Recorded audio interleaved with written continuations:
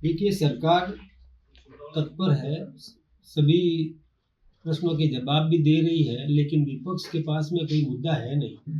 विपक्ष अनर्गल आरोप लगा करके हंगामा करता है।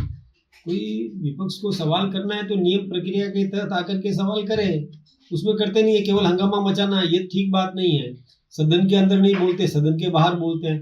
यही नहीं, विदेश में चले जाते हैं, वहां जाकर के बोलते हैं, भारत की प्रतिष्ठा को धूमिल करने का जो षड्यंत्र कर रहे हैं।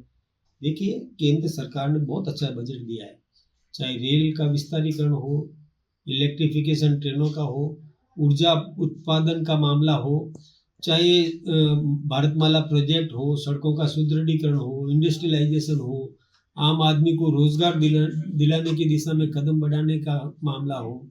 कई ऐसे ऐसे काम हुए हैं जिसमें भारत समृद्ध हो रहा है, मजबूत हो रहा है, आधारभूत संरचनाएं तैयार कर रहे हैं, जो मील का पत्थर साबित होगा। भारत विकसित भारत बनने की दिशा में अग्रसर हो रहा है। दुनिया में भारत की प्रतिष्ठा बढ़ी है, लेकिन विपक्ष है कि दुनिया में भारत की प्रतिष्ठा गिराने का काम करता है। ये ठीक बात नहीं है। राष्ट्रीय चरित्र होना चाहिए विपक्ष में भी, उसका अभाव है। विपक्ष में राष्ट्र के प्रति प्रेम नहीं है, केवल राजनीति करते हैं। राजनीति की जगह हम भी चाहते हैं कि विपक्ष रहे, मजबूत रहे, लेकिन सकारात्मक विपक्ष रहे, सकारात्मक विपक्ष भूमिका निभाए। कोई सुझाव दे, हम मानने के लिए तैयार है, सरकार मानने के लिए तैयार है, लेकिन सुझाव नहीं देते हैं। जिस दिन बजट पढ़ना शुरू किया निर्मला जी ने, इधर वो कमी ढूंढना शुरू कर देते हैं। चलो कमी ढूंढे, बताए, लेकिन कि हमें क्या हंगामा करना है उसकी तैयारी करने लग जाते हैं। ये ठीक बात नहीं है। विपक्ष को भी सदन में भागीदार बनना है चाहिए, क्योंकि राष्ट्र का पैसा लगता है सदन चलाने में, आम आदमी का पैसा इसमें लगता है। तो हम तो चाहते हैं कि सदन चले, और हमारे पूरे प्रयास रहेंगे कि सदन इस बार भी चले और सही ढंग से काम करे।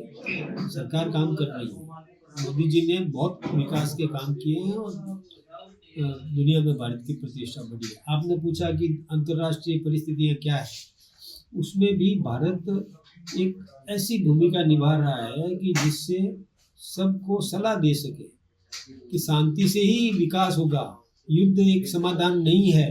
ये बात दुनिया के किसी राष्ट्राध्यक्ष ने नहीं कही, जो हमारे देश के प्रधानमंत्री ने कही कि युद्ध कोई समस्या का समाधान नहीं है।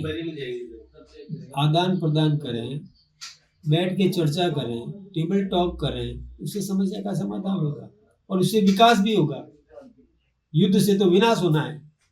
तो ये समझा रहे हैं, समझना चाहिए।